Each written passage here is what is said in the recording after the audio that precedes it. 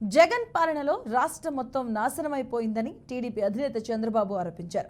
ఒక్క ఛాన్స్ పేరుతో అధికారంలోకి వచ్చి ప్రజలందరినీ ముంచారంటూ మండిపడ్డారు. అసలైన పెత్తందారు జగన్ అని విమర్శించారు. ఎన్నికల ప్రచారంలో భాగంగా నెల్లూరు జిల్లా కావలిలో నిర్వహించిన రోడ్ షోలో చంద్రబాబు పాల్గొన్నారు. జగన్ సర్కార్ తీరును ఎండగట్టారు.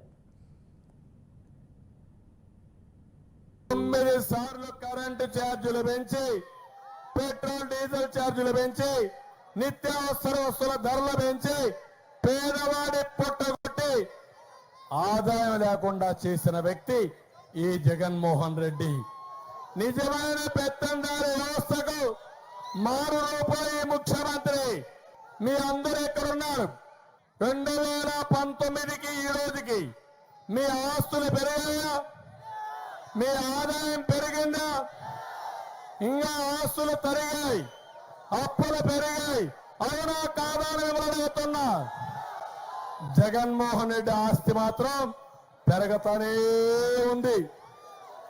దేశంలో ధనిక ముఖ్యమంత్రి ఎవరంటే దానికి చిరునామా జగన్మోహన్ రెడ్డి.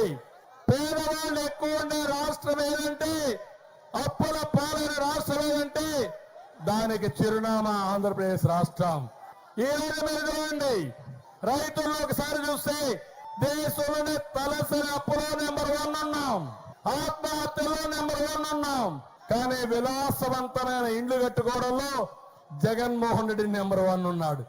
అది పెత్తందారి